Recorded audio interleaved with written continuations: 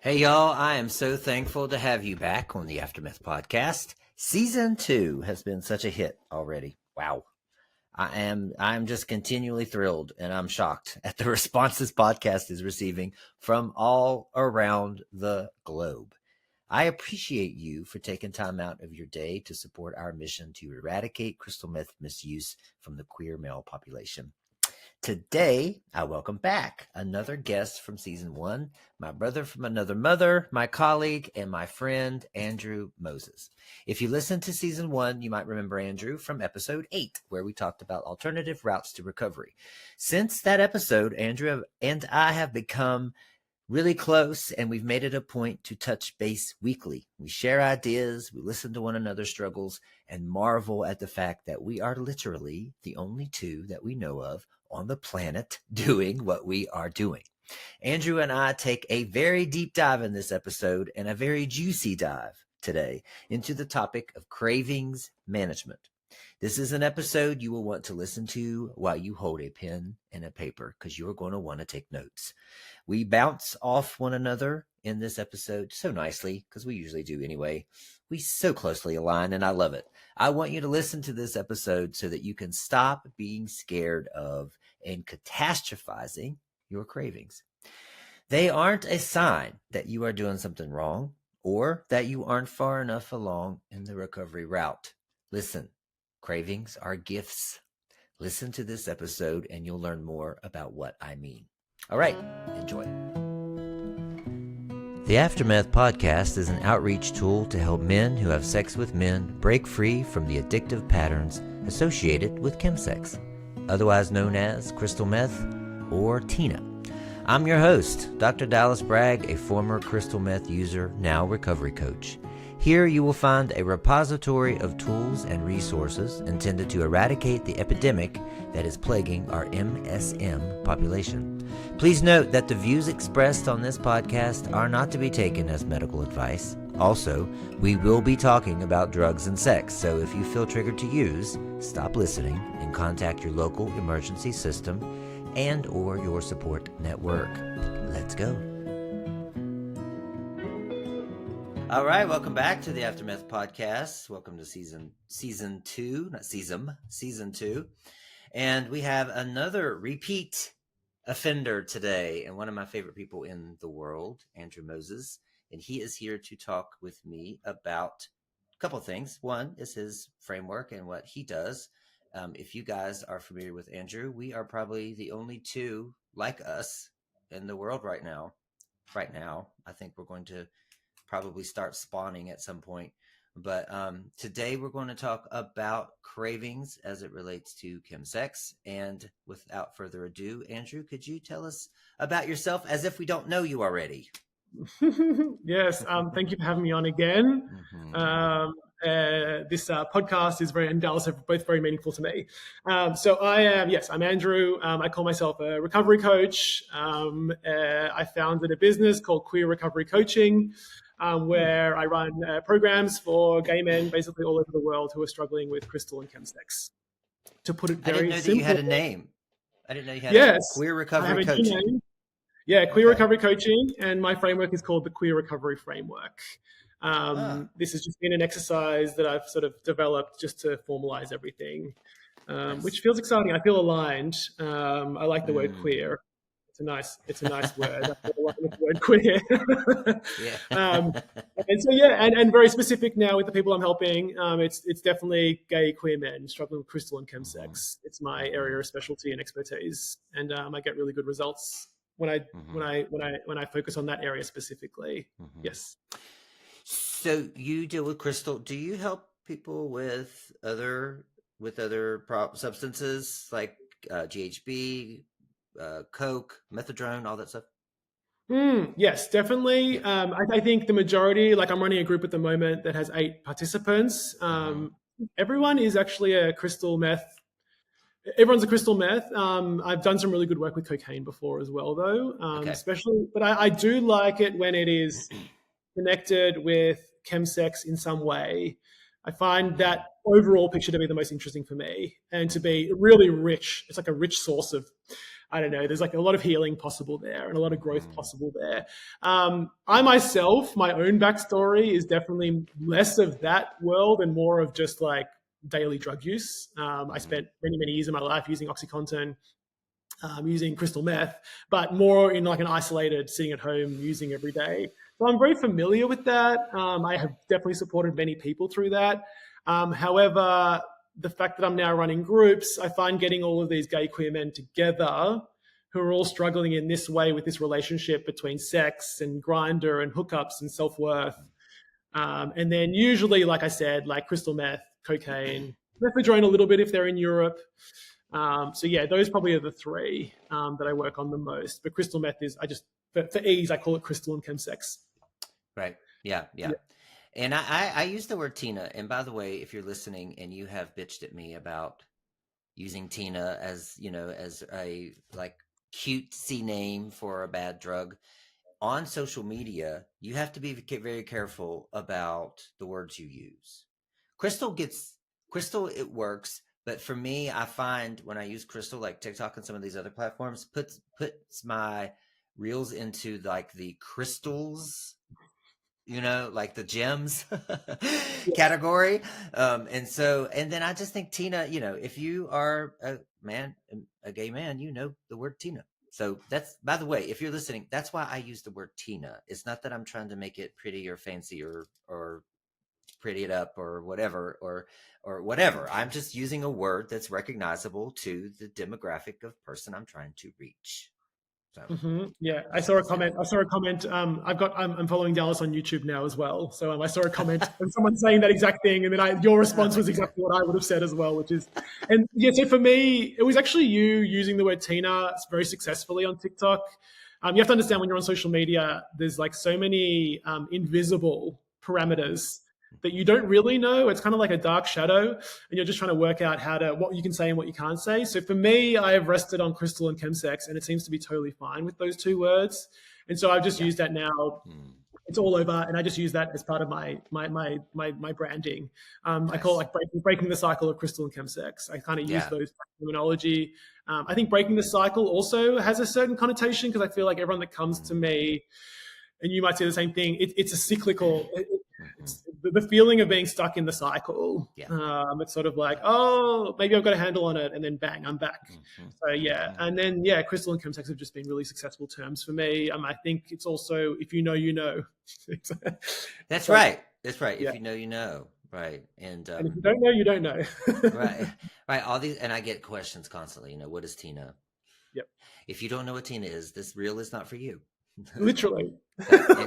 And by the way, go Google it.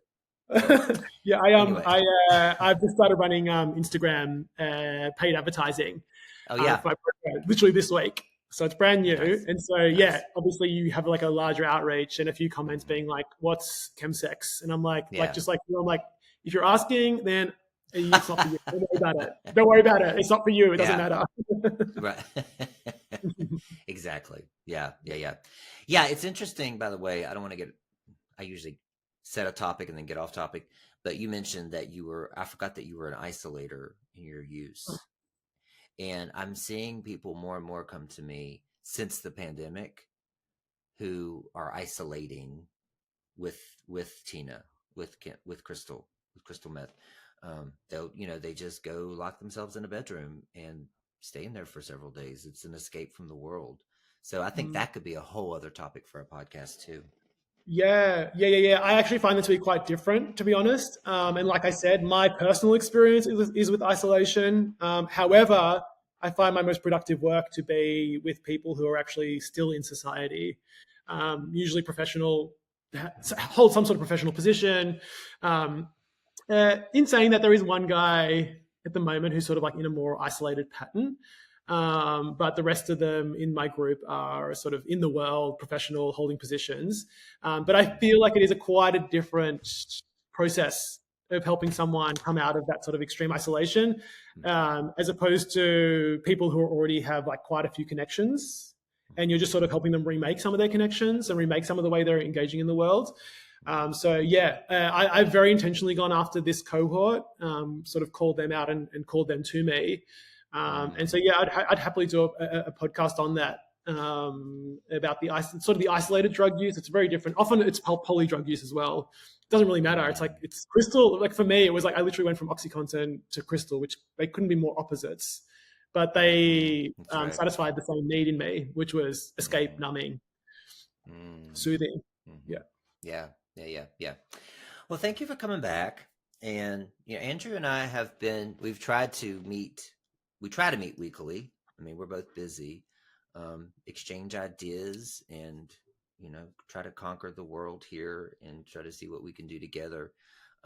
There are a few other, I have found a few other people out there kind of doing what we're doing, but just not in the same way. And the two of us have a different approach. So if you're looking for a recovery coach, you're looking for help or whatever, try Andrew, try me, whatever resonates with you. Listen, we want to help as many people as possible, and we want to help them in the right way.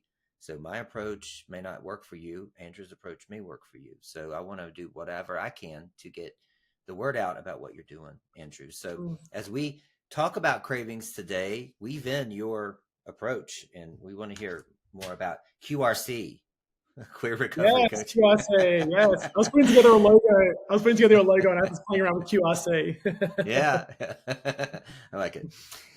So I get a lot of questions, I'm sure you do too, from men who they're panicked, and they'll say, I had cravings today. I've quit crystal meth for, I don't know, 30, 60, 90 days, sometimes even, 3 months, 4 months, especially around 3 months, I would say. And I'm having strong cravings. And what does this mean? Am I in trouble? What do I do? I mean, you can see the panic ensuing just in their DMs because they're having a craving. And you can tell sometimes you can tell the guys sometimes like he really does want to do it. You know what I mean? So he's like playing around with the craving, but he knows he shouldn't do it, or there's some guys who are just totally lose their shit because they have a craving and they think it's a sign that they're not doing something right or they're not far enough along in their recovery. So I guess I just want to turn the floor over to you and say, what would you say to these guys? And what is your take on cravings, Chemsex cravings? All right. This is a really, really fun topic, and I'm excited to go deep. So I'll just start with maybe some more surface level impressions, and let's sort of go back and forth. I think it's important, first of all, to normalize cravings. Cravings are a part of everyone's life. You can crave anything, right? You can crave anything. I think that the experience of being frightened or afraid and then consequently feeling shame around cravings is something I see a lot of. And I think that's what you're describing to me. This idea of feeling shame or feeling like a failure because I'm experiencing cravings. So I'll start with my highest level fun sort of analogy that I work with quite frequently, and we can sort of delve deeper into this. But I like to somehow incorporate cravings into people's psyche because they are a reality of recovery, and they will be a reality of recovery. And that's not in a way to say that you should be frightened of them, but really we're trying to find a way to incorporate them, see them, but not have them lead to action or lead to circumstances that we don't want to be a part of, right? So the way that I like to introduce this is by the movie Inside Out. Have you seen the movie Inside Out, fellas? I have not, but I know what it is. The concept of Inside Out is basically there's a whole, I'm sure most of your viewers have seen it. It's a really, really great movie where it sort of represents, it sort of personifies and makes into a character sort of each of the emotions in this little girl's head. And for me, so there's anger, sadness, frustration, and then as she grows older, there's shame and all that kind of stuff. And so for me, it might be interesting for people to incorporate this character of the craving or a craving, incorporate this character into their head, just accept it as part of their psyche. And then also what you can start to do with that is sort of play around with what does it look like and what does it sound like and how does it talk to me, right? So all of a sudden we're incorporating what's called parts work as we start to meet this part of us, right? There's such a temptation, I think, in lots of us drug users to just avoid, shun, push away, not look at right, emotionally repress. And so I think the process of recovery is really about allowing everything to breathe and talk to me, but not being frightened by it. So yeah, that's my overall impressions of cravings. Cravings have to be incorporated, understood as part of the recovery process, not to be frightened of. And again, just to reframe them entirely, they really are messengers, and they have lots to teach us, and we can go into that. But yeah, cravings have lots to teach us. They're actually really valuable tools if we can look at them in a productive way that is reframed away from fear. Okay, love that. So just to recap, normalize cravings. So realize that this is a normal part of your recovery journey. This is not a sign of anything deeper than it's a craving, right? And then characterize or personify the craving. What is it like? What is his personality like? You said, like, pretend it's one of the characters on Inside Out in your head, and understand that cravings are messengers. They have something to teach you and show you. What really lands with me in that and what you're saying is it's very much like when you're dealing with an emotion, isn't it? Emotions are normal. Then if you personify an emotion, you can start to deal with it because it's there. You can, look at what color is it, what shape is it, what is the nature of it. And emotions are messengers as well. So I wonder if cravings are kind of like an emotion, I guess. Yes, absolutely. Yeah. You picked up exactly what I'm trying to lay out here.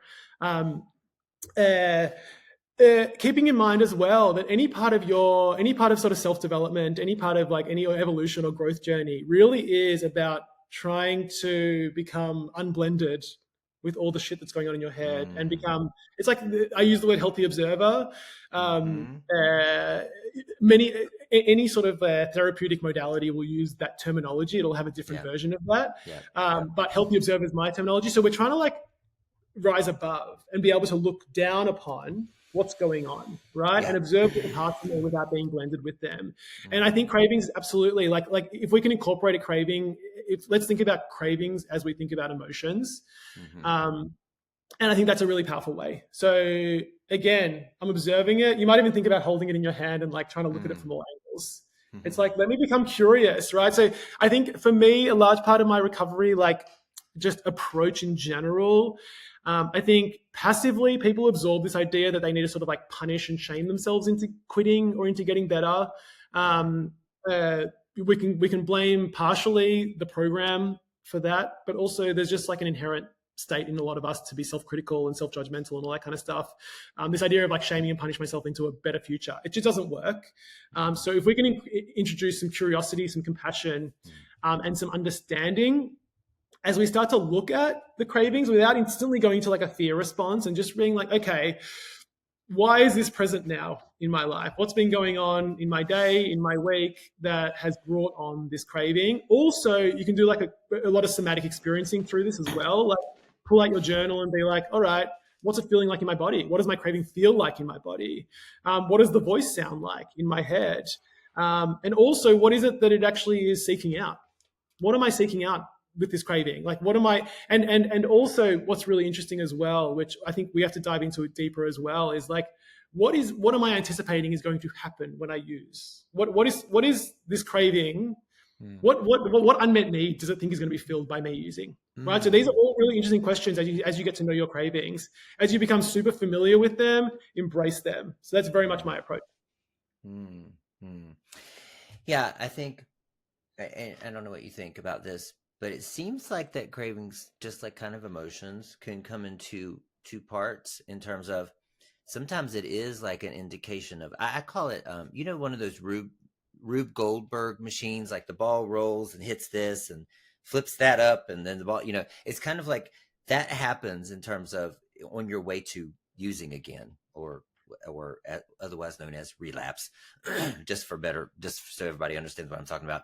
But a craving could be a part of that in terms of, I saw a man shirtless running down the road, and then I didn't get a lot of sleep last night, and then I thought I would stroll on Grindr, and then and then they pile up, and then a craving comes because it's kind of in the process toward. Is that right? And then the other type I think of craving is just randomly, Like for me, and so this could get into another discussion in terms of what's the difference between a craving and a trigger. Because like if I'm in the gym, I use this example all the time on the podcast. If I'm in the gym sometimes and I see my veins popping out, I see a needle going in. You know, I want to use. I get a craving for a needle, and so I don't know if that's a trigger or a craving, but it's not a part of a Rube Goldberg. You know, it's not a part of a series either. So what do you think about that? Yes, I love all that. I completely agree. That sort of the sort of nuanced sort of like granularity of exploring what it looks like if, let's say, someone comes and they've experienced a slip up or a relapse. I agree with you. Is it Rube Goldberg? Rube or Ruth? Rube. I've looked it up. I thought it was Ruth too. Yeah. Like she's a nice Jewish lady, Ruth Goldberg. Right. I completely agree. There's sort of like a pathway that is actually really, really important to assess, and that's what I'm sure you do, and a lot of what I do as I help someone explore, especially after they've used. What were all the things, and what was the internal state as well? Most importantly, not what happened externally, but how did the external stimulus affect my internal state? That's the most important. Yes. Yeah. I do agree with you in terms of the differences. I call your version a chemical craving.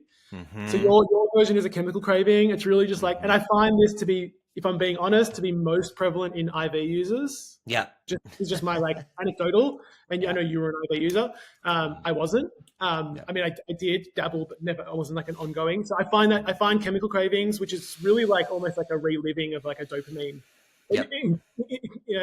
A crazy flood of dopamine. So that's a chemical craving for me. The other versions are cravings. Now, when you're talking about cravings versus triggers, this is like, I tend to agree with you. I need to put more thought. I think I need to put actually more philosophical thought into it. But I'm pretty sure that cravings are just on the pathway to, usage. It's part of the triggering process. It's almost like a craving is a trigger. Yeah, I guess a craving is a trigger, but a trigger is not a craving. Well, yeah. I think so. Back to the IV use. When I have that flash, to me, it's a PTSD type reaction, which is a trigger, right? You think about somebody, and not to compare myself to a veteran, but to think to someone in a war and they hear a loud noise and it triggers a flashback of a bombing or something.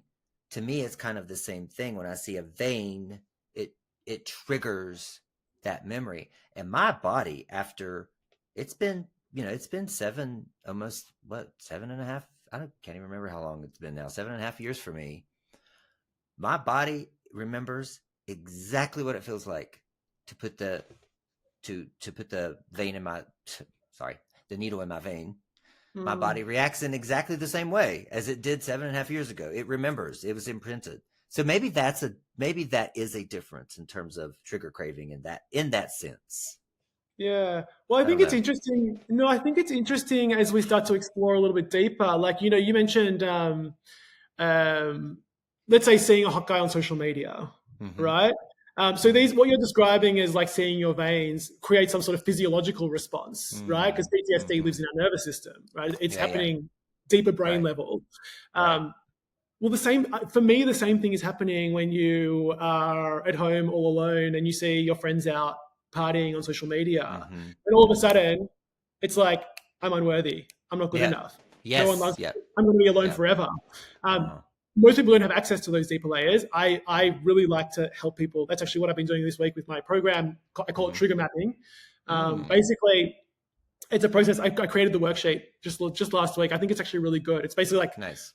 I'm asking people to like identify like high level triggers. Like I call them like surface level external triggers. Like, I was at home alone, or I drove past the place I usually use, or whatever it might be. I had a really good date with someone, but they just ghosted me afterwards. Right. Yeah. So and then I have like a long table, which is like really trying to explore some of the deeper layers. Like how did it initially affect me? What was the narrative I came up with in my head?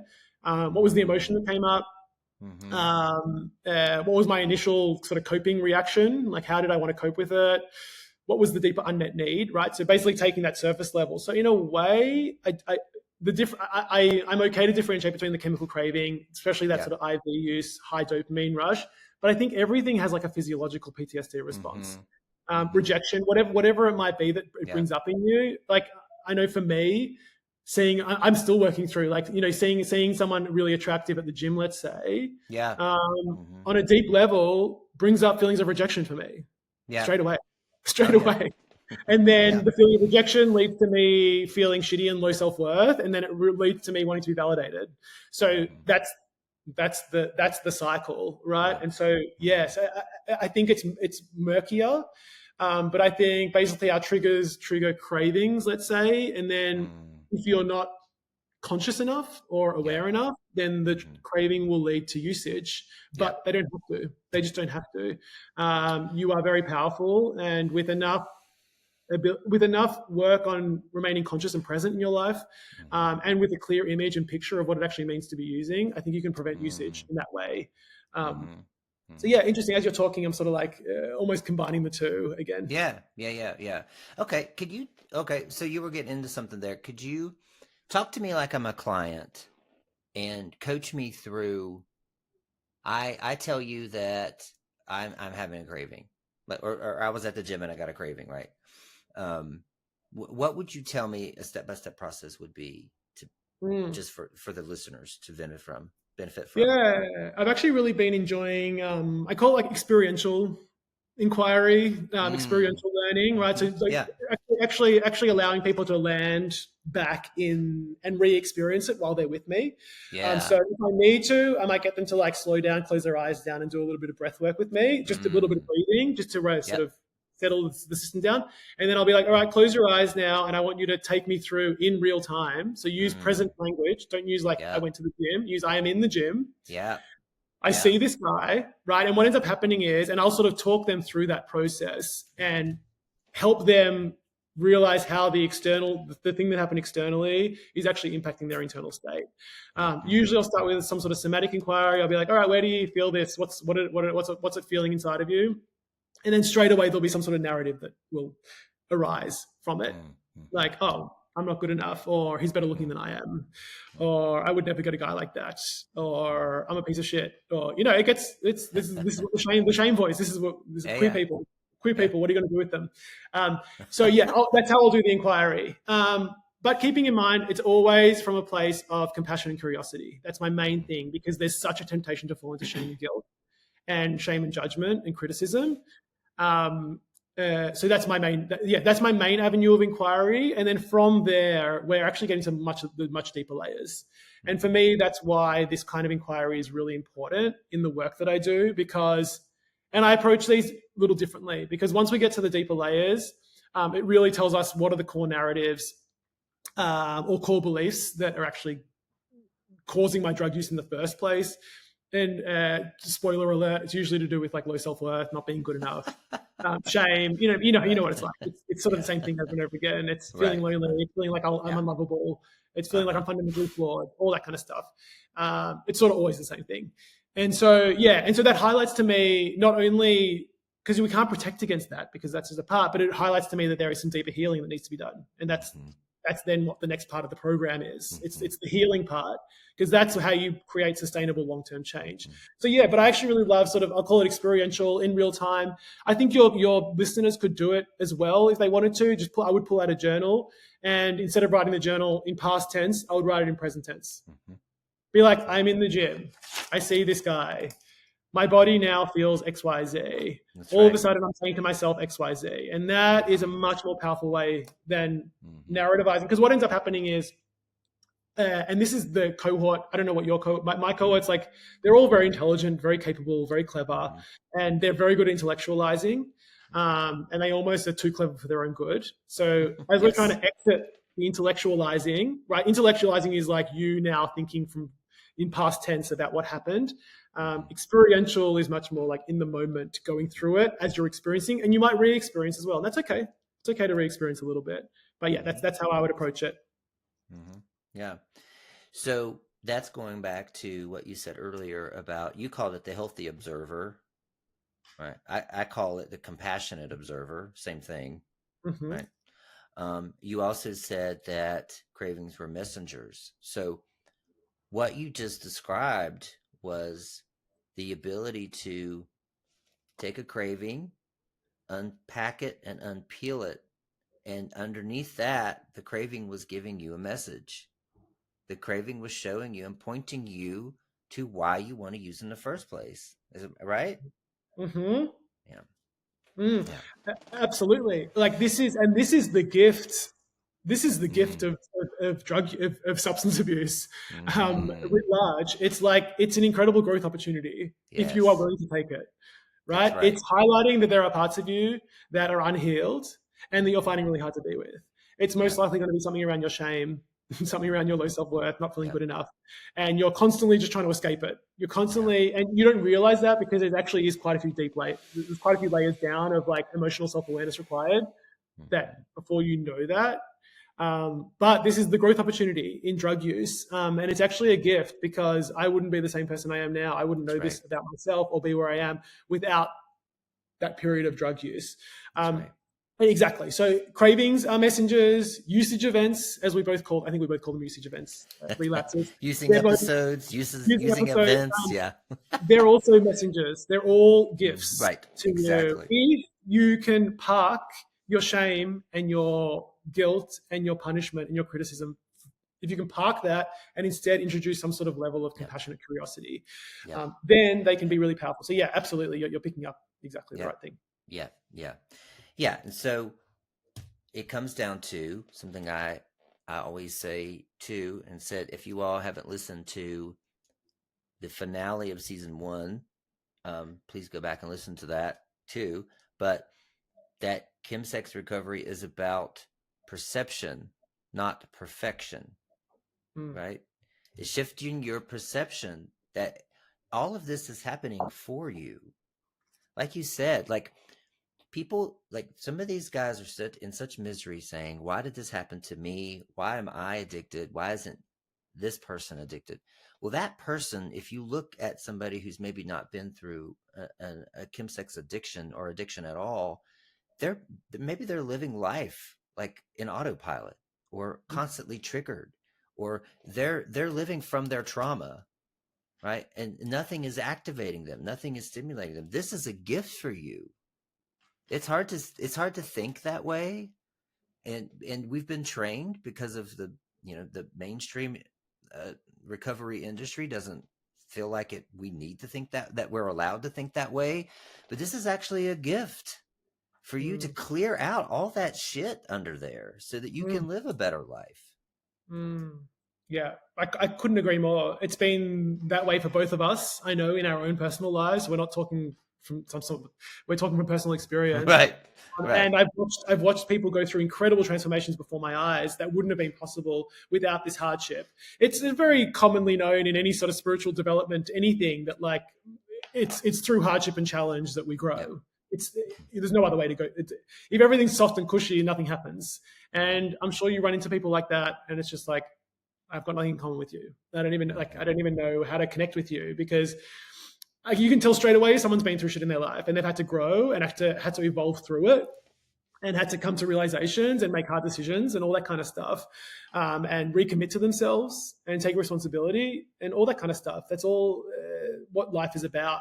And I think this drug use journey for all of you, for anyone listening, for anyone I've ever looked after, is that it's that opportunity. Mm-hmm. It's that opportunity, and without it, who knows where we would be. So I completely agree. That's right. That's right. Yeah. Yeah. And so back to this idea that cravings are gifts and messengers, right? One question that I get too is people ask me a lot, do you still get cravings? And they expect me to say no, right? And let's put aside the fact that I talk about chemsex all day, every day. So I'm bound to have something going on in my head, right, about it. But even after all this time, I will admit, there have been days when I think about it and I crave and I'm thinking, you know what? It really does sound nice to step out of my life for 3 days and go watch porn and jack off. It's like, that really does sound kind of nice right now. But what that craving to do that though, and it really is a craving, I feel my body kind of jump to it, right? Like it's waiting for me to say, okay, boys, go do it, what that is a messenger for me to say, you need a break. Yeah. Like, you're burning yourself out. You need a break. You are not taking care of you. And so for me, I even now, so no, yeah, even after 7.5 years, 8 years, I get cravings too. But that doesn't mean that I panic about it. It doesn't. It just means that I say, what are you showing me? What are you telling me?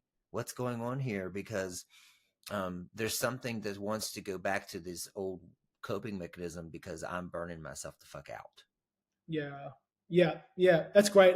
Such good insight to share. Like basically, there is some sort of it's highlighting that there's some sort of unmet need. Yep. Um, Yep. Yep. to put it in simple language, there is an unmet need, and it is your job to assess what the unmet need is. And just Yep. like you said, like you identified it perfectly. It's like obviously the some part of you is craving. What was it? Yes. So I did my group this week, and we were talking about some of the deeper reasons why people crave chemsex, and one of them was said like a relief of responsibility, a Yeah. relief of responsibility. So that's the version I think that you're talking about. It's like Yeah. this off switch. This Yeah. off switch, people use it as like a way to just like check out from the complexity Mhm. of life. And so, yeah, like you said, one level deeper, or if we can become that healthy observer, and instead of being blended and terrified by this craving and being like, ugh, instead I'm like watching it and being like, all right, well, why are you here? What are you trying to tell me? And like you said, it's perfectly rational that you're checking out because you're overwhelmed. There's too much going on. You're probably not processing your emotions properly. You're probably not giving yourself enough space to be present, and all that kind of stuff. So then you can proactively try and meet those needs in the myriad of healthy ways that we all That's know. right. That's right. And if you don't know them, then you can learn them. You know, like we've both had to learn them from scratch. So yeah, I think that's really, really important. I had something else to say, but it'll come back to me. But yeah, Oh, I was gonna say. I think that's really great. Like the idea of being a messenger, not to be afraid of it. Mm-hmm. Try and understand what it's trying to on a deeper level. Oh, this is what I was trying to say. Mm-hmm. I did the exercise I did with them last week. I called reassociation. So basically, I think this is the other important piece of the puzzle. So basically, it was basically a way to identify and assess some of the subconscious, automatic, passively absorbed associations we have with crystal and chemsex in terms of like the very first, like when I have the craving, what does the craving think that the crystal and chemsex is going to give it? Because it usually is, it doesn't actually give it what it thinks it's going to give it, but there's an automatic association. And usually because crystal, produces such high levels of dopamine, it's usually with that initial rush, the initial high, the initial emotional numbing. If it's to do with sex, it might be like, dreaming of like some sort of incredible connected sex, intimate sex. And so this process of reassociation for me, which was a pretty edgy exercise, I actually got them to I got them to first assess their automatic associations, and then I got them to what I called fill in the picture and really dredge up the genuine experiences. I'm like, okay, last 3 to 5 times using, how did it actually play out, right? What is the reality of using like for me, and how has it impacted my life? And so as we're trying to formulate this picture, and it was pretty edgy. Like a lot of them, I knew that it was going to trigger them lightly. I said it at the beginning of the when I do a worksheet and I make a video, and I accompany them as they do the worksheet. So I made sure to do a lot of like down regulation breathing with them, but also encountering some light triggering and building resilience in the face of triggering. I've got nothing against that. I'm a big believer in building. You can't avoid triggers. You're actually trying to build resilience in the face of trigger. Right. So I did that in a controlled way and basically got them to dredge up the reality of using and create a new picture. So like for you, for example, you were talking about like, so part of you wants to like switch the hell off and spend 3 days watching porn, right? So, and that's like the sort of romanticized fantasy of using. Then there's the reality of what it actually means in your life, which is like complete disaster in every single way. And so you've developed that really strong, and I've had to do the same thing. Every single person that successfully recovers, you develop this really strong association with crystal and chemsex, the reality of it, what it actually means in your life, and combine that with higher levels of self-awareness and this healthy observer. And that to me is the picture of how you prevent using. It's sort of as simple as that. Not saying it's simple, but it's as simple as that in my eyes. Yeah. Thank you. Yeah. So the craving thinks crystal meth will meet the unmet need. Yes. And so when we figure out what the unmet need is, like for me, back to me, so my unmet need was an escape, right? So in what what I realized too is, because I was working too hard. What I realized is my typical way of balancing work was my walks in the woods when I go and talk to trees, right? And I have not been doing that. I hadn't been doing that lately, or if I did, it was rushed, or my mind was distracted with work. So I was not getting my escape, my cleansing, my purging that I was doing every day. I wasn't doing that. And so this craving was a gift to say, hey, we need, we need to relieve some of this pressure. And so that was, of course, what came up. But it gave me a good kind of centering exercise to say, what's missing here? And I realized, like, you're not going on your walks anymore. Your trees miss you. go hug a fucking tree. Go hug a tree, not your dick. And so yeah, it was a good little wake-up call for me. Thank you Yeah. for that. Yeah. That's great. Yeah, almost like neglecting some of your core needs. And also Yes. keeping in mind that needs are on many different levels, like spiritual, emotional, physical. Like, both of us are very spiritual as well. We have lots of spiritual needs. They almost like come above everything else. I wanted to be vulnerable as well, since you were sharing about cravings and stuff. Let me share as well. Okay. I don't experience drug cravings. I mean, I use THC sort of medicinally, therapeutically. So I've had sort of like a battle with that. But I think at the moment for me, and I'm sure lots of your listeners will resonate, is cravings to go on Grinder and be validated by boys, basically. Yeah. To have sex. Not even to have sex, just to be validated. I think mine's as simple as. And so me, and been playing around, but also like feeling lots of like rejection, like really complicated relationship, as I'm sure lots of us have with like sniffies and Grinder. And so I really resonate. Like I'm luckily not in a place where I don't go on Grinder and seek out and go use meth. I'm just not there anymore. I'm not even close to it. However, it still does. It can occupy and drain a lot of my energy. It can make me feel really shitty about myself. It can ruin my self-esteem. It can make me feel a lot of rejection. And what I was noticing was that, like, when I am craving, and I'm calling it a craving, to go on Grinder and speak to boys, I really am seeking out validation because I don't feel good about myself at that time. So again, that's the messenger. So for me, because I'm recently out of a breakup, so I'm currently in that kind of phase, and so for a while, I was just sort of acting on it and just spending a lot of time on Grindr, speaking to boys, the hot ones. I'm like, oh my God, he likes me. It must mean that I'm worthy. You know that pattern. But then eventually I was kind of like, this is not, it feels out of alignment for me. And this is like a very active battle for me. This is like active work. I'm speaking to my therapist. I mean, this is my active work, really. Speaking to my friends. Okay. But yeah, it was a messenger. It was a messenger that I'm seeking out validation externally. I'm looking for external inputs to say that you are worthy, you are attractive, your body is good. But it was hollow. It was hollow. And so anytime now that like it happened yesterday, anytime that I'm now realizing that I'm sort of craving going online and engaging with boys, I'm realizing that it actually is a deep need for validation. And what I'm working through is, well, let's park that for a moment. What does it look like to either validate myself, right? So I'll spend a bit of time with myself, either in the mirror, or I'll sit outside and just like put my hands on myself and just be like, I accept you, I love you. Or speak to someone that I actually really care about, like my mum or my sister or like a close friend that can actually be genuinely validating and genuinely connecting. So it's just another example of how it's a messenger. And these cravings exist in every area of life. Yeah. Right. Yeah. And not only a messenger, but you're getting the answers, a lot of the answers here, because I always say, guys who think they're addicted to the sex when they use crystal meth, and they're really not.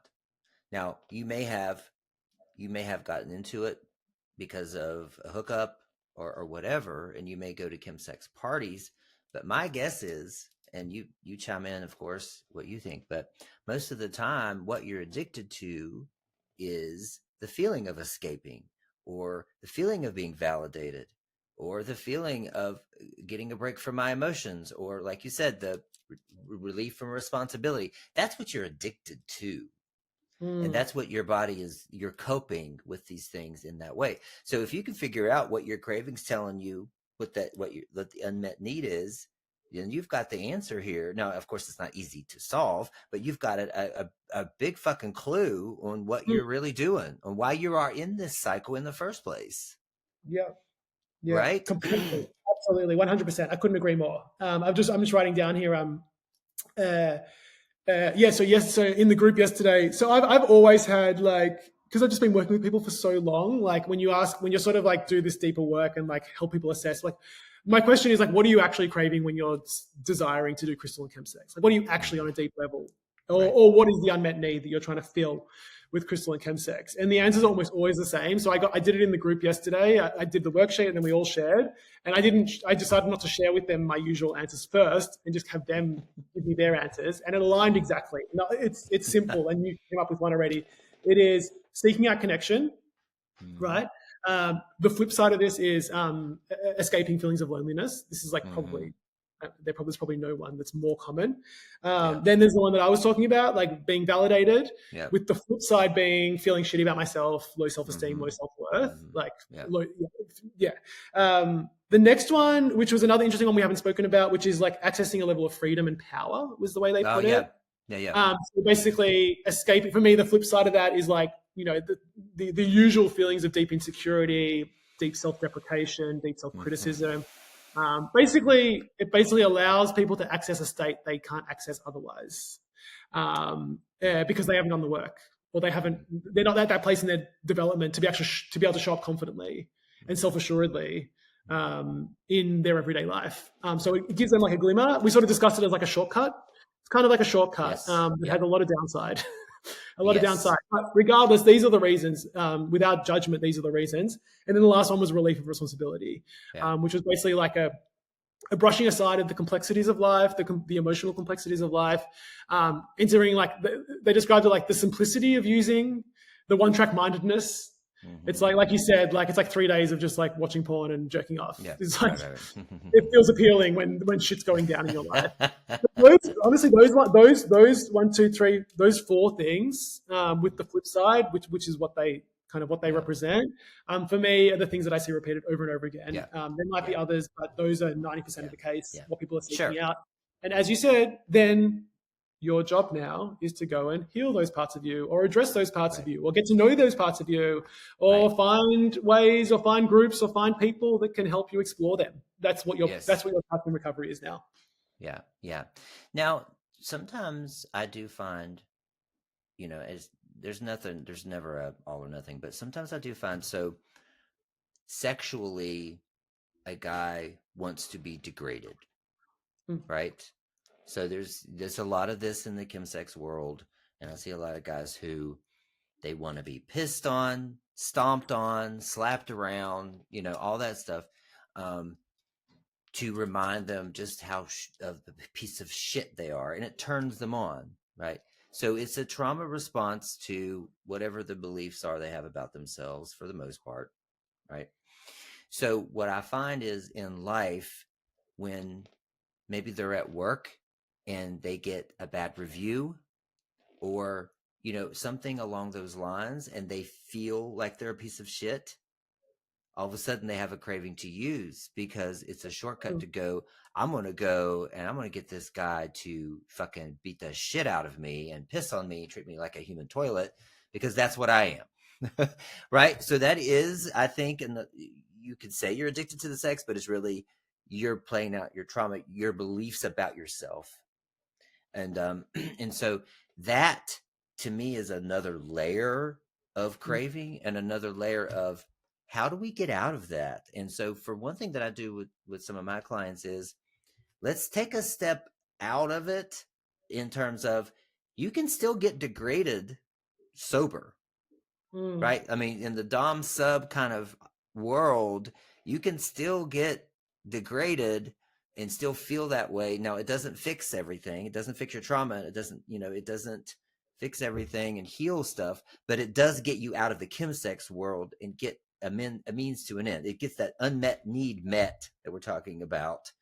And then we can get the substance out of you. Then we can take it to the next level, which is probably a psychotherapist, above my pay grade. Yeah. But there is some of that too that I've seen. Yeah, absolutely. Yeah, I think that's a really interesting piece. I don't have anyone. I've had people over my history, absolutely, that have come to me that are sort of like, engaging chemsex in sort of like a very submissive Mm-hmm. way, wanting to be degraded in those kind of ways. Just to give like a framework for it, just like a more of like a therapeutic, psychotherapeutic framework. Basically, lots of us do a number of things with our shame. Two of the major ones is we either overcompensate for it or we surrender to it, Mm-hmm. right? So the version that we're talking about around seeking validation is a way to overcompensate, right? So like I'm feeling shitty about myself, so I'm going to now get 10 guys to tell me how attractive I am. Yeah. That's an overcompensation. Mm-hmm. Surrender is the other version that you're talking about, right? Mm-hmm. It's like a giving into and like now Yeah. let me prove to myself how shitty I am, right? Yeah. Often, as we said, above our pay grade, but often off the back of sexual trauma. Yeah. Almost actually definitely off the back of sexual trauma. Yeah. Yes. Yeah. A very complicated relationship with sex, maybe introduced to sex really early. That's usually the picture that I see. And as you said, at some point, that's going to have to be addressed by a therapist or a psychotherapist or a psychologist. However, I do agree that it is, again, it's the playing out of some sort of deeper narrative. And if maybe your very first job, so that you can go to a therapist with like a clear framing, is to really understand what it is that's driving you. What are the deep narratives that are driving you towards the drug use? Right. Because most people, most therapists, psychotherapists, psychologists that you go to, if you're actively using drugs, will have a really hard time with you. Me and Dallas can handle you. Yep. A lot of people, if they don't have experience with drugs, they just don't know how to That's right. handle it. And That's my right. mentor is like a clinical psychologist, so I talk to him That's right. a lot Yeah. about this.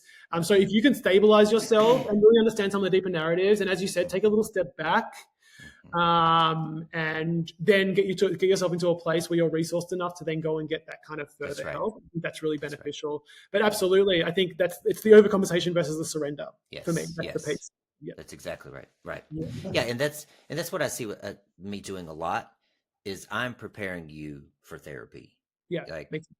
right, I'm getting you out of the cycle. I'm giving you the underlying issues. I'm pointing you in the right direction, and I say, now go deep with a therapist. I'm not a therapist, and I'm not even going to go, there. But I am going to prime you and pump you and get you away from the substance, like you said, enough so that you can be therapized, right? Yeah, Absolutely. I think I think it's like stage one in a long journey yeah, that both of us are offering. For some people, it might be enough. For some that's people, right. but honestly, like both of us, I mean, I'm so active on my healing and growth. I mean, it's just accelerated. We've got about the same amount of time away from Crystal, like about 7 years ish. Yeah. I basically finished when I was 30. I'm now 37. And I mean, I'm accelerating. Like, I want to I do things all the time. I'm in therapy. I go do retreats. I go do ayahuasca. I go, sit outside and take THC and explore myself. Like whatever. I journal. I breath work. Everything. So it's just the start. So, but what we're doing is like trying to stabilize you to a level where like you're now not like seeking out drug use in like an automatic subconscious, just like by rote way. You're actually got some like emotional self-awareness. You understand what are the deeper patterns, what are the deeper narratives and core beliefs. And now it's your job to go on this healing journey and choose. There's so many people in the world doing incredible stuff. I mean, it's the beauty. Social media is obviously like a gift and a curse, but the beauty about social media is that you can access these incredible people doing incredible things. And yeah, so I visualize myself in the same way. It's sort of like step one in the journey. Yeah, like the pregame for the film. So one thing I wanted to touch on too is you mentioned, you called it experiential. What did you call it? Experiential. I didn't write it down. Yeah. So one thing that we do, what I do with the clients is, so we will do that and even practice what hasn't happened. Like, so one of the practices that we do in cravings management is you get the random text, hey, what's up? You know what's up, right? Because you know the number, you know what's happening, you know what they want. But you're going about your day, everything seems fine, and you get the random text or you get the random dick pic. And so kind of practicing what you would do, like you're saying, be in it, but even so, reliving it is perfect, revising it too, but anticipating it. And so what I find is practicing what to do next actually trains and rewrites the subconscious, and it's beginning to build a new neural pathway. So when it does happen, because that will happen, you will already be practiced. You will already know what to do. There isn't a decision. It'll become more organic because you've practiced it several times. Mm-hmm. When I get the text, this is what I do, right? Now go ahead and feel where does it come up in your body? Yeah, all that stuff. But also behaviorally, what do you do? I delete the number. I delete it. I block it. I do this, I do that. And then I say a mantra. And then I bring up maybe you bring up your notes that has all the benefits of why you're not using, whatever we come up with that works for you. But practicing that in your mind several times, then it becomes like muscle memory. It's like remembering your future, as Dr. Joe Dispenza says, like remembering your future. You're remembering it happening. It hasn't happened yet. So practicing it that way too, I think helps. Yeah, I completely agree. I think it's actually really important to like exit, sort of like just trying to like put the intellectual mind down for a moment. And like you said, trying to experience and actually re-experience, either if it's we're looking back, re-experience, or I like what you're doing as well, where it's like basically, for me, I wrote down here, like this idea of familiarity for me goes along with like anticipation. And I've always found in my work that the more we can anticipate moments of triggering or activation, the better we do. It's when we encounter things that we didn't anticipate that usually something happens, and then that's fine as well. Now it's in the bank, and now it's part of our anticipation matrix. Right. You know what I mean? Like it's like it's not the end of the world, but yeah. There was an old client of mine who I loved that did an excellent, those ones that like you have deer in your heart. Yeah. He was in San Francisco. And yeah, he would say, he was like, recovery really just feels like a process of just encountering every single type of trigger until you've encountered everything. And it's all in the bank, and then you can progress forward. And I kind of like, in a rudimentary way, kind of agreed with it. Like that's why for me, slip up and relapse is part of the process. Yes. Because at some point there's going to be something you didn't anticipate. It happens, but now that's in the bank. And then eventually the bank is full, and we can now move forward in an empowered way. I think I completely agree with you, having like contingency plans as well. I also wanted to, it just sort of reminded me, I think it's slightly different, but kind of similar. This idea of like setting intentions as well. I was guiding someone through one of the group participants. This is I'm sure that this is a very familiar story. So let me share sort of how he approached it. He actually dropped it in the group chat, which I really appreciated. It was like Thursday.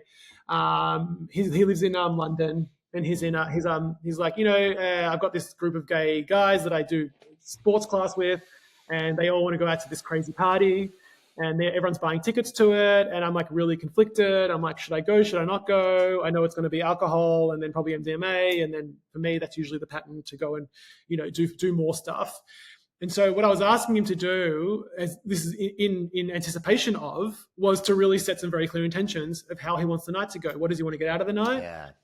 Because if you just allow yourself to be like wishy-washy, carried along, which a lot of us are like that, right? We first of all, we arrive with like incredible amounts of anxiety, social anxiety, right? And then you just allow yourself to be like floated along, and some hot guy offers you a drug, so you do it, or however it works. That's just going to lead to the same thing, right? The pattern is pretty well established. He's been using for 10 years in this sort of pattern. So I'm like, we have to like make a genuine break. And for me, that's about intentionality, always about intentionality. So I asked him, I prompted him, I'm like, write to the group and tell us, what are you anticipating? So what are your intentions? What do you actually want to get out of the night? And what are the things you think that could get in the way of you sticking to your intentions, right? And then there was one other layer of questioning, just to make sure that he set himself up. And I spoke to him just this morning. And it went really well, because he set up his intentions for the night. He's like, you know what, I just want to have a good time with my friends. I want to have a laugh. I just want to be myself. And so when this crossroads came in the night, he was at pre-drinks, and so it was like half the group was going off to this crazy party, and half the group was going to some sort of drag bar. He was having a good time with the people going to the drag bar, so he went with them to the drag bar, had one drink, and then went home, and was really proud of himself. But it was only because he had spent time beforehand thinking about what he actually wanted, as opposed to arriving at pre-drinks anxious. So you have like 10 drinks, Yep. And then the one hot guy is going to this crazy party. So you go with him or you go with them, and then before you know it, you're spending 24 hours on a bender. So yeah, That's just right. the intentionality for me as well plays a really That's big right. role. Yeah. Yeah. Thank you for that. Yeah. Yeah. So like I say to my guys, willpower is finite. Like Yeah. you might have, like for me, I have a lot of willpower in the morning. Like I get up at 4:30. I hit my peak about 9 a.m. And then the rest of the day is downhill. But what keeps me driving forward is that I've set up an infrastructure of my day. Like I know where I'm supposed to be. I already know what I'm going to eat because I've already packed it. I know where I'm supposed to go. Right now, earlier I mentioned that I hadn't been doing my walks, so I stopped scheduling them all of a sudden because I got too busy, right? So I've started to schedule them now. But in a case like you're saying, you can't rely on willpower sometimes in those cases. But if you have an infrastructure, a plan in place, yes, it really, really matters. And you get scared because you say, "Oh, I can't go out anymore with my friends." You kind of limit yourself to say, "I'm never having fun anymore. I'm just going to have to resort to this vanilla ass life," and that's not true. But you know what? It's going to take some work. It's going to take some work to say, I'm having 2 drinks tonight. I'm going to have water in between drinks. This is what time I'm ending. I want my coach to check up on me. I want my mom to check up on me. I'm bringing my girlfriend home with me after. Set it up so that you can't fail, so that there's no choice to use. Yeah. You don't have a choice. So you're not relying on your willpower, right? And so if you do get a craving, so the fuck what? You can't do anything about it. I mean, that's what I completely agree with what you're saying. Yeah. I wrote a little thing here like structure is bigger than willpower.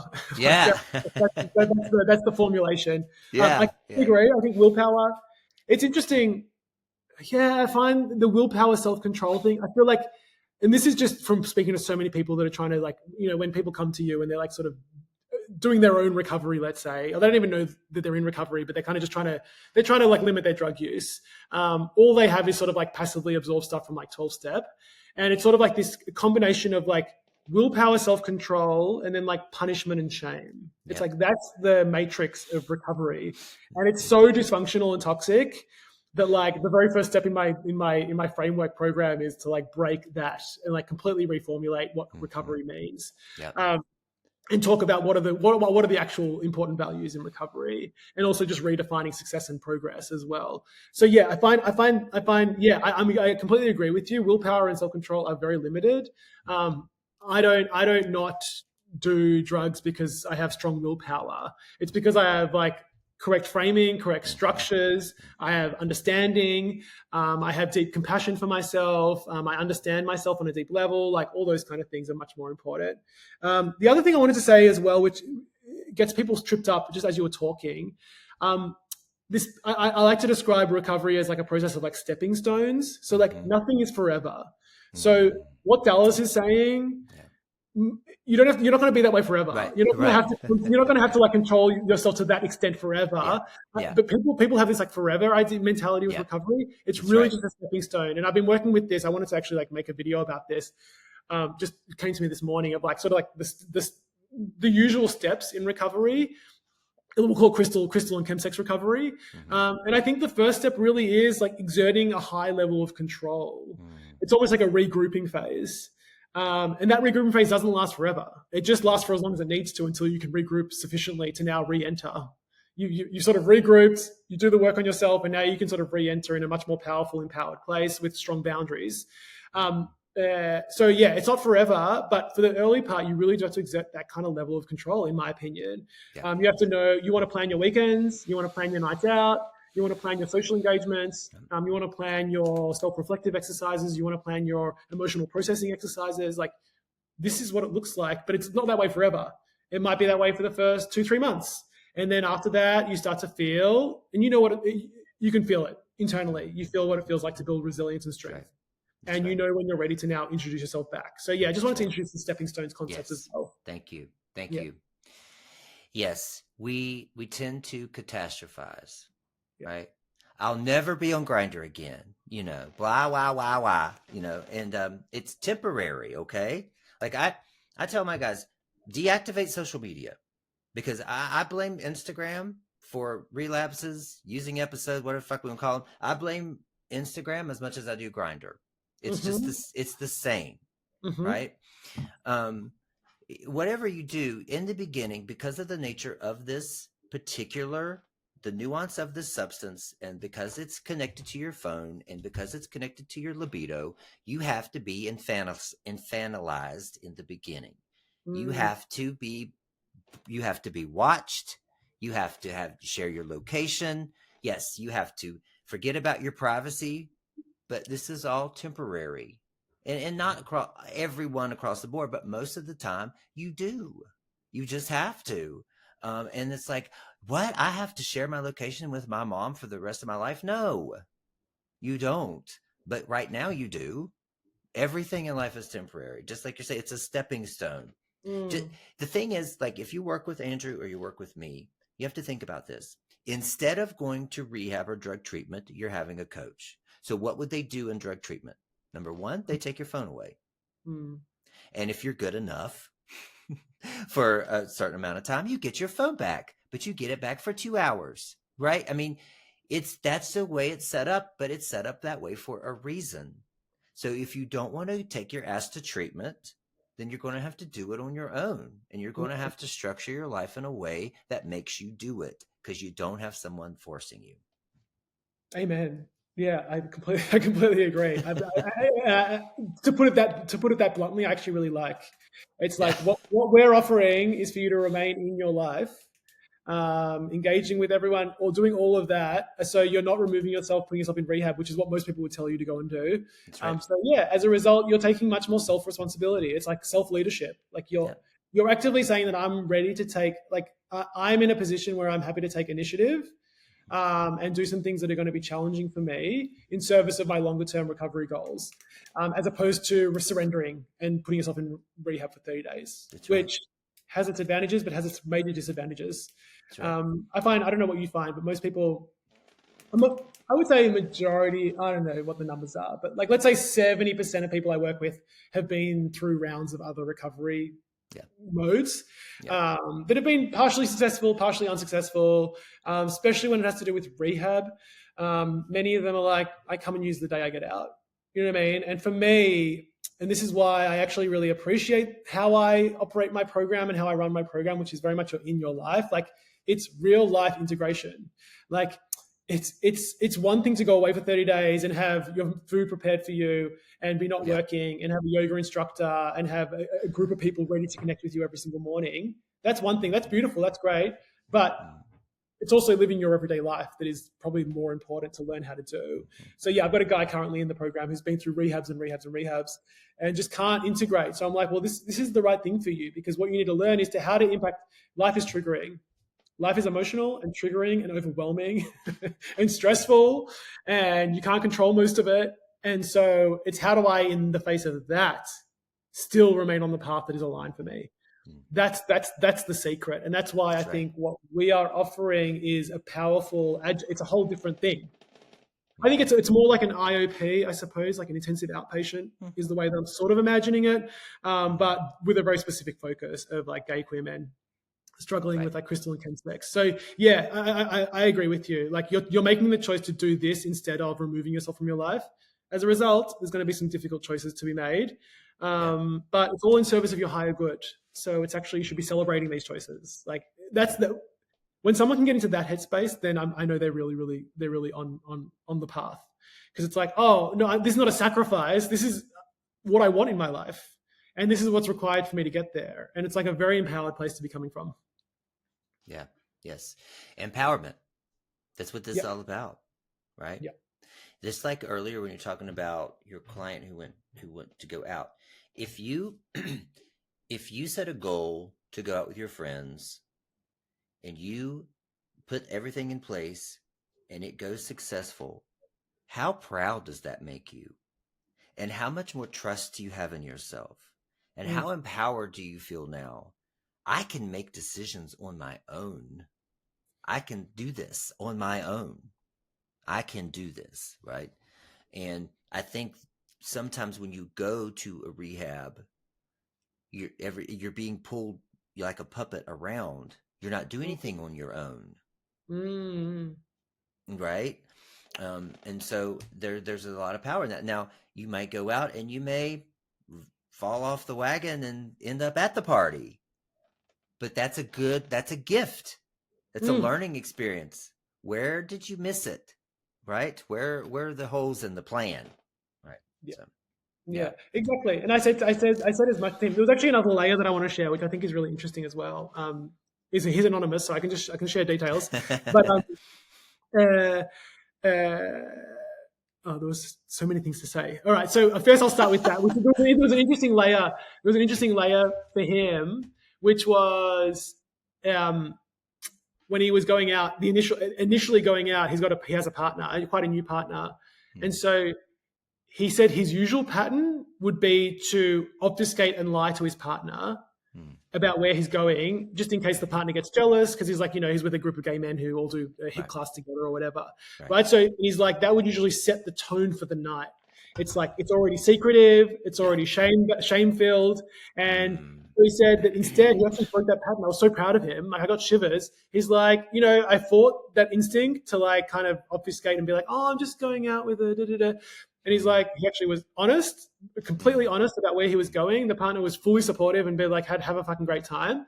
It meant that he showed up in full pride, like genuinely fully himself. He was able to show up more into full integrity. That's the word. He was able to actually show up authentically as himself. He said that he even got to share like with his friends. He showed his partner, like it was open all of a sudden. All of a sudden he was like, this is my partner. Look, isn't he cute? And all of a sudden the feeling was good. So as the night wore on, and as the option to either go down the sort of darker pathway towards sort of like, an underground party, lots of drug use, potential chills, as they call them in the UK, or towards like something a bit brighter, which is like continuing to laugh with his friends and going to a drag show. That was the pathway. So I thought that was another interesting layer, which is like, it starts all the way back there. Right. So that's what this exploration can help people do, is like see all of those layers. That's how complicated the story really is. Yeah. Yeah. It's actually more complicated. You could even go deeper. There's more layers than that. Right. You know what I mean? And that nuance and that kind of detail is really, really important. The other thing I wanted to just comment on was your expression, the self-trust. Like part of my framework, like step 3 is absolutely relationship to self. I think that there's no doubt this has been the first thing that I realized about recovery ever since starting this work. And I mean, actually starting my own recovery and then starting this work of supporting people all around the world, is that it really is a sort of ultimately a dysfunctional or toxic relationship with oneself that drives drug use at its core. And so I have sort of like my 5 foundations of self that I find we have to build very intentionally. Self-worth, obviously. Self-trust, obviously. As you said, self-trust gets ruined in all of us drug users. Self-respect is another one, because you can say that you respect yourself, but for as long as you are punishing your body in that way and not aligning with your values and your interests and your boundaries, then your self-respect is not high. And then self-acceptance and self-compassion.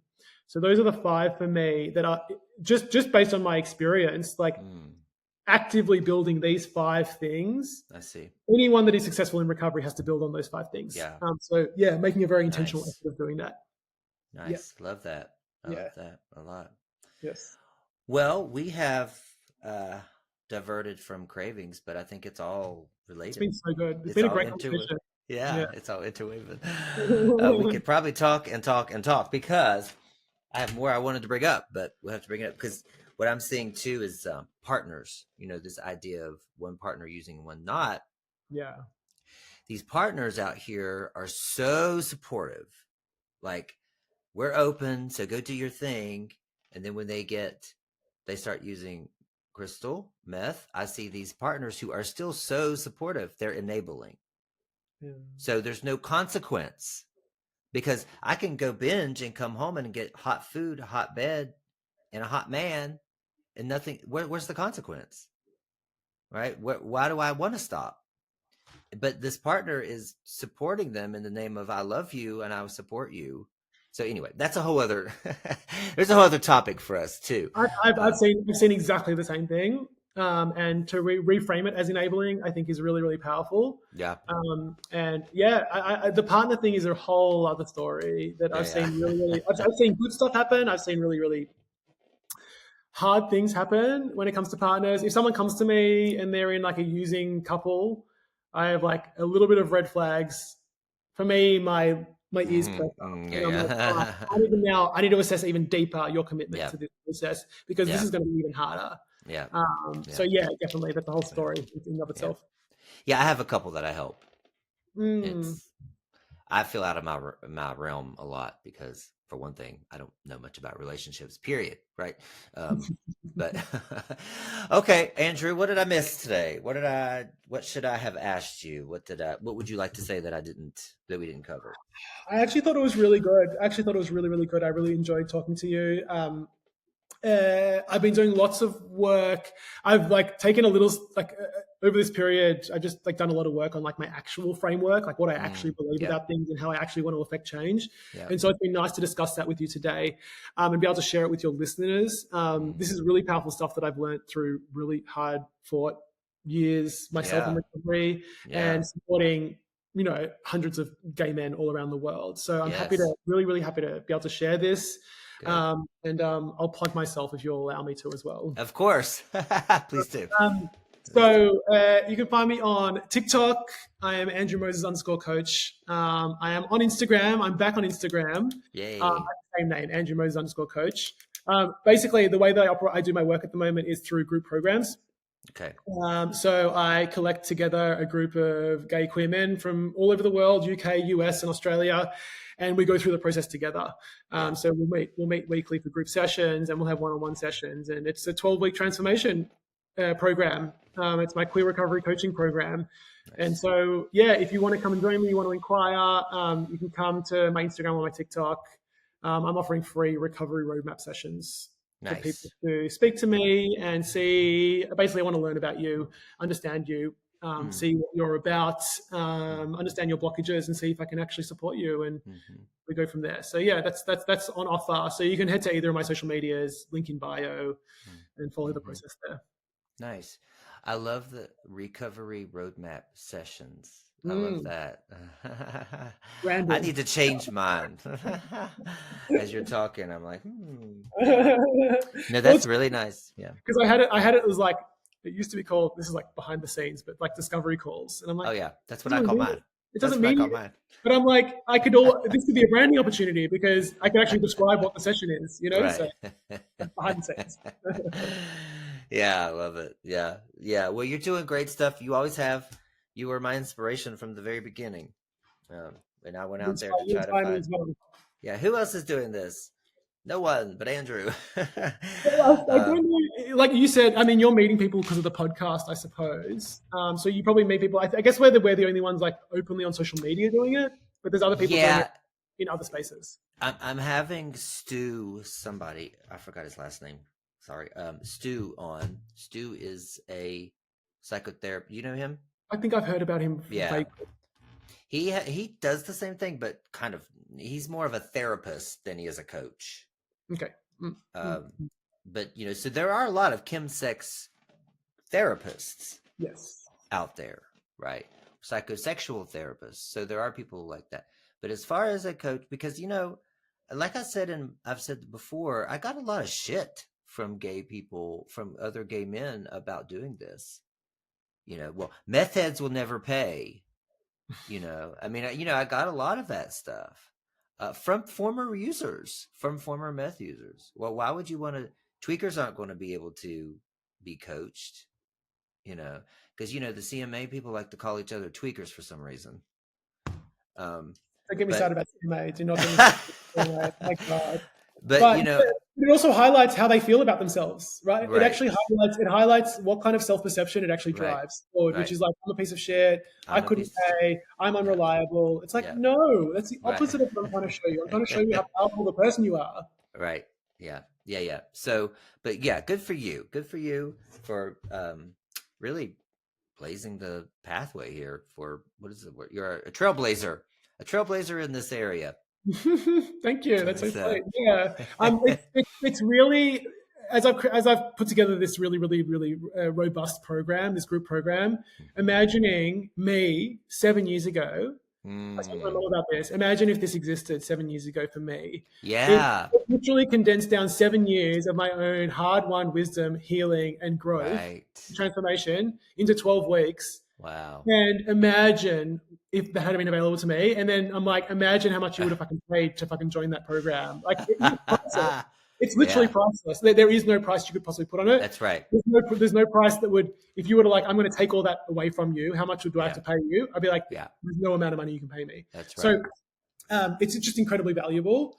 And it's nice to feel like I'm like creating something in a space where people are really underserved and ill-served, because if you have to go to CMA, God forbid. So yeah. Oh wow. I always enjoyed talking with you, Andrew. Thank you. It was a Thank you for pleasure. this. Thank you so much, This was Dallas. This this was podcast is great. What you're yeah. doing here is amazing, and it feels very symbiotic. With all of our work feels symbiotic. And Yeah. I'm excited. Sure. It really does. Just do this, right? Yeah. Mm.